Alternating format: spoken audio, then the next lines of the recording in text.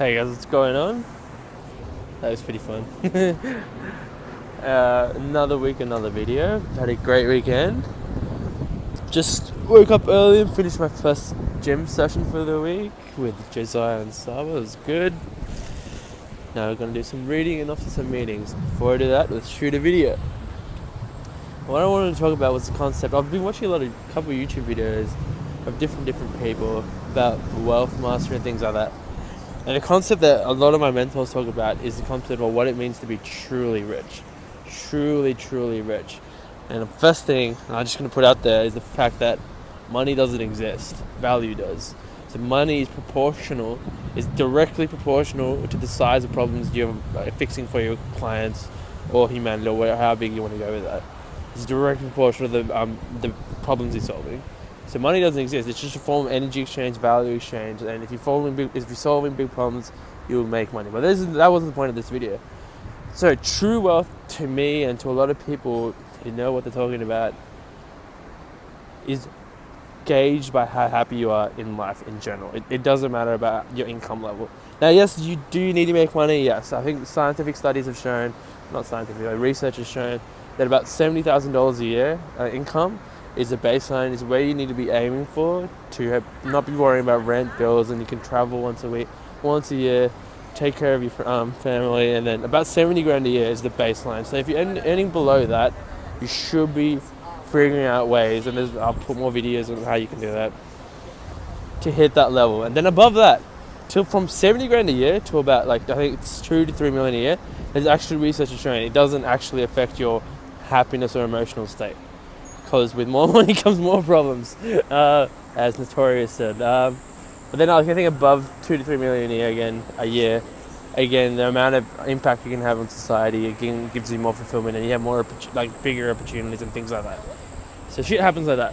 So how do you gauge this shit? So an easy thing you can do is just use your central nervous system, your neurology, to gauge how happy you are, and that should be a very good indicator to whether you're actually doing things right and living a rich life. So things you can do. I think I've talked about this before. Your friend, the people you hang out with on a regular basis is huge, because energy is infectious and thoughts are infectious. Energy and thoughts are infectious. So if you're around angry people or negative people or depressed people, I'm not saying burn bridges. That's not what I'm saying. I'm saying you need to shift your environments into more happier, positive, creatively thinking, more innovative people who are more fun to hang out with.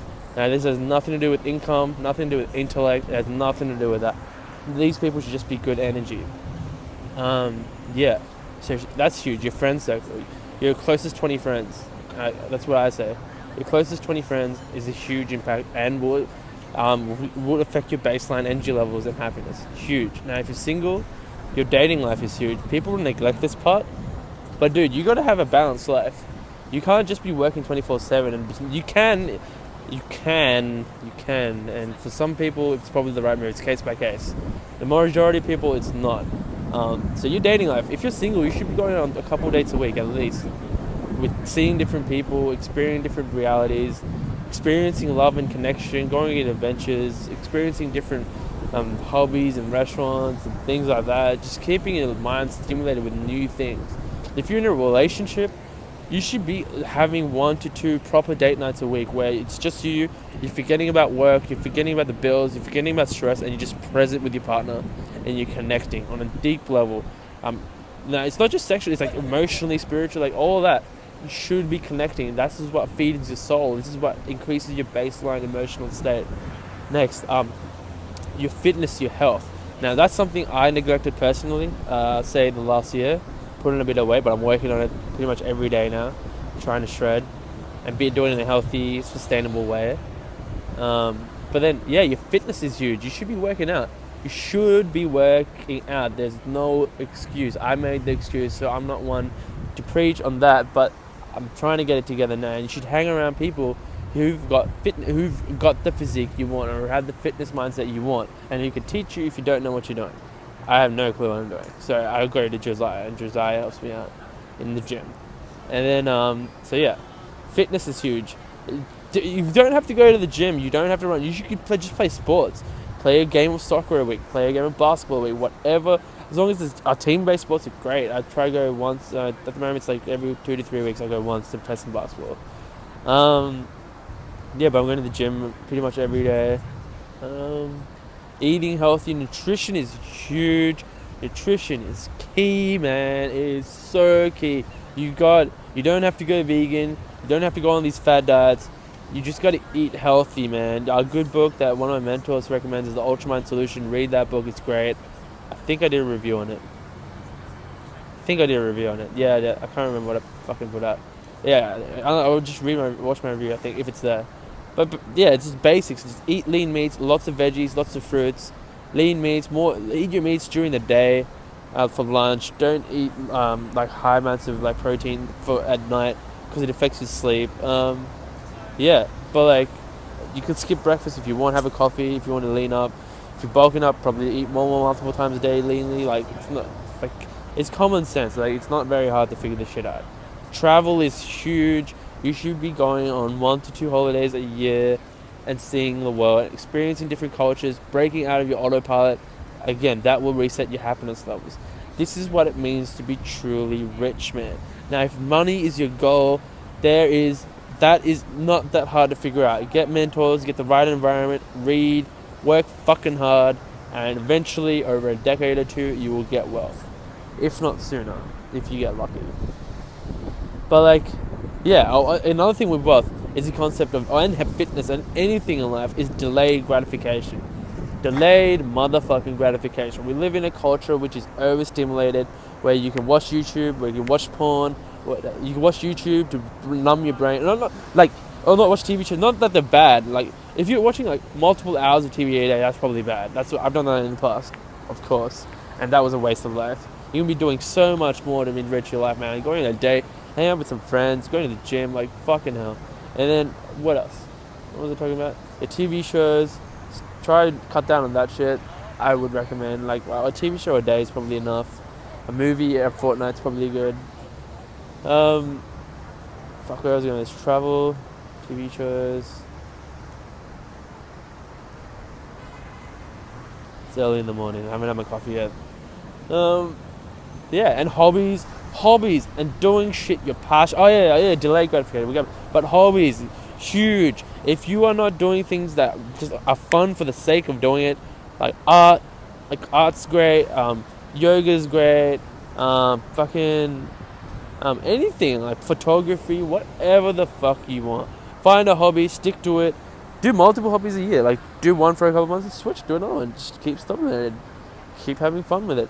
So delayed gratification is huge. There's a book called Leaders Eat Last. So if you're running a business, say you're running a business, you are not going to make much money personally in the first couple of years, man. You shouldn't be, and you should not be banking the money you're making through your business, no matter how much you're working. Say guys like my mentors, my personal mentors, like Gary Vaynerchuk says this. Like he started a wine business. Like his dad had a wine store, then he expanded that wine business like in America, like nationally, and was making millions and millions. But he only paid himself like $50,000 a year, for basic needs, rent and food. $50,000 a year, even when he was making millions. And he reinvested that money into his business to explode the business so he could grow quicker. Now he's in his multiple million. I think he's worth 200 to 300 million, and he's going for billions. I think he has the dream of owning the New York Jets. He keeps saying that everywhere he goes. That's his goal. It's huge. He has big dreams, and he works 7. That's his other thing. He said, if you want the bling, I think he says this in a YouTube video. He's like, if you want the bling bling, if you want the private jets, if you want the money, if you want the rapper lifestyle, fucking work, brother. Fucking work, dude. Work. Outwork your competition. Outwork everyone on the planet, and then you'll get it eventually with a bit of luck. But luck you can engineer.